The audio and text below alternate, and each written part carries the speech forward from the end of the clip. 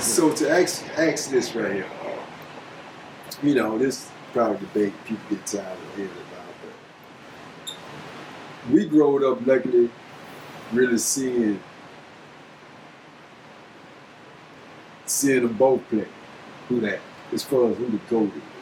In basketball? Yeah. For me, it's Michael Jordan. Okay. I don't understand.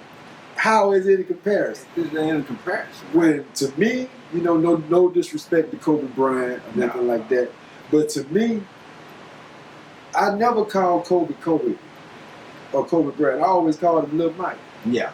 You know what I'm saying? He always been Lil Mike to me. Yeah. Well, they tried to bring in some different, even like Magic, Bird.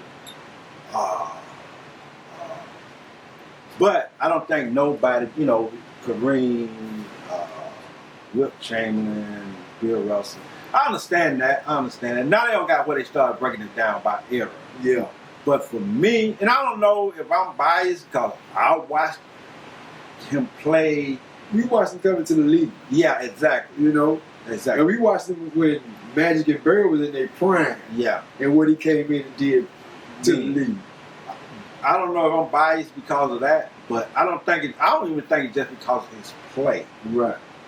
I think it's because I was watching a documentary, the Magic documentary on Apple TV, and they were saying how Magic actually saved the NBA. Yeah. And I understand that because the NBA was it was actually a failing league when Magic came. Right. And him and Bird coming in Bird simultaneously actually helped save the league, and I understand that. But for me, who changed the money in sports? Oh, Jordan. That was Michael Jordan. With the endorsements. Magic don't know that. Yeah, with the endorsements and stuff like that. I think it was Michael Jordan. I'm not even just talking about basketball. I'm talking about sports. He did. He changed it with the endorsements, with the shoes. With the shoes.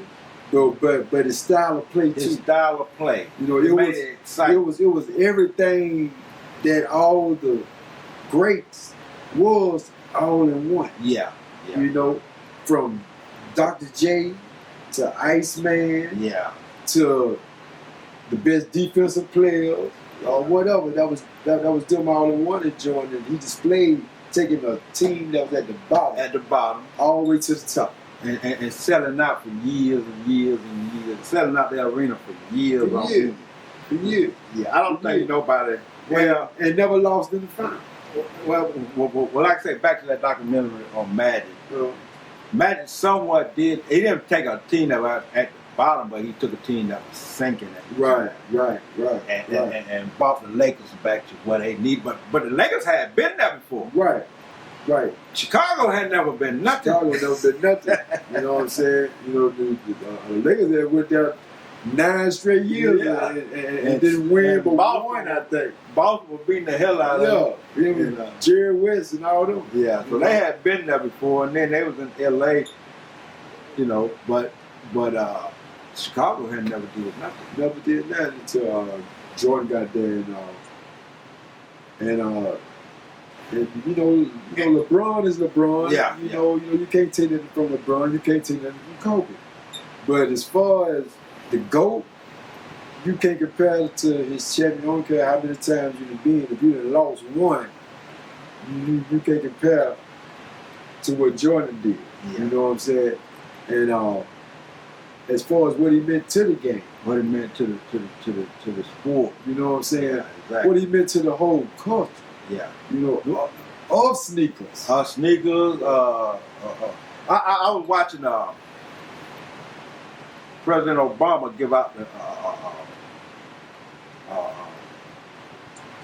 some awards the other night, matter of fact, on YouTube, and when he gave Presidential Medal of Freedom, I think what they call it, and he gave it to a bunch of people. He gave it to Jordan. Right. And he said one thing that made the GOAT argument null and void, and that Jordan is the GOAT. He said when people call you the Michael Jordan of, yeah, you the Michael Jordan of this era. No. He mean that you the Michael Jordan race car driver. Yeah. You the Michael Jordan a mountain climber. Right. When people call you the Michael Jordan Yeah. you know that's the GOAT. That's the GOAT. Yeah. People will call That's you, true. oh, he the Michael Jordan of baseball. He Yeah. the Michael Jordan of canoeing. Yeah. You know what I'm saying? Yeah. Which means that you the greatest that ever You did. the greatest that's doing that. You're So, right. You're right. I think that kind of sums it up. You know, everybody else, in my opinion, came behind Mike. I don't think it'll ever be another basketball player that did what Michael Jordan did. You know, as far as like, I don't see it. I don't see another sneaker doing that. mm-mm.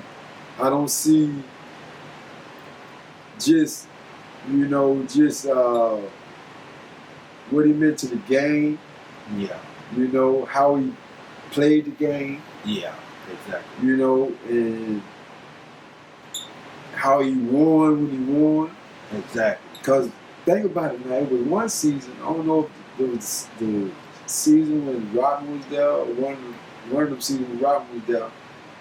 Everybody knew the fourth quarter belonged to the Bulls. Yeah, exactly. You know what I'm saying? I mean, there's no doubt about it. I don't care what the score is or what, you know. Everybody knew the fourth quarter belonged to the Bulls, and it was over with. Yeah. You know, you can't predict no team like that Exactly. since that team. Yeah. Everybody knew the fourth quarter was, you know, the Bulls is finna do something. They finna do something too. Yep. Yep. You know, and they finna win. It's a different story. You know, and that lets you know what was behind that drive right there. Yeah, exactly. You know, because Jordan will beat you up. Yeah. You know, which these players do the same thing, but it didn't give the same They effect. don't get the same effect. And You know what I'm saying? and they talk. But one debate that I really don't get in is what he would do in the league today. I don't think you could kind of compare those type of things because What he would do? yeah, they were saying that you know sometimes people would say, oh, Jordan gets 50 a game in the league today because you can't touch him, you can't, you know. Detroit used to beat him up. Yeah, Dennis Rodman, when he was there, I see Dennis Rodman down to kill him one day. You know, it was rough ball back then. Yeah, exactly. You know, they'll get to fighting and still be able to play. And still play. They don't get ejected. You know, they go sit down for a minute and come back in the game. Come back in the game. But do I think, man, I don't think he averaged 50, but even without the hand check, yeah, it's just his knowledge of the game and his offensive skill alone. exactly. He would make up for the steals on free throw. Yeah. Because, you know, he would average, I think so. I see a good 40, Yeah. you know, which he did that anyway. He did one that time. anyway. You know what I'm saying? So 50, you know, in this soft game, the way they play now, you know, they play softball now. Exactly. You know what I'm saying? Exactly. It's nothing compared. You know, back then was hardball. Yeah, it's nothing. You know, they play softball now, so yeah, I can see that. You know, I can see him averaging 50. Yeah, I kind of don't get in those debates because it is what he is. He played in the era that he played in. Yeah. It was, like you said, it still was a harder game before he played. You know? It was so numbers. It was like hockey. It was saying that.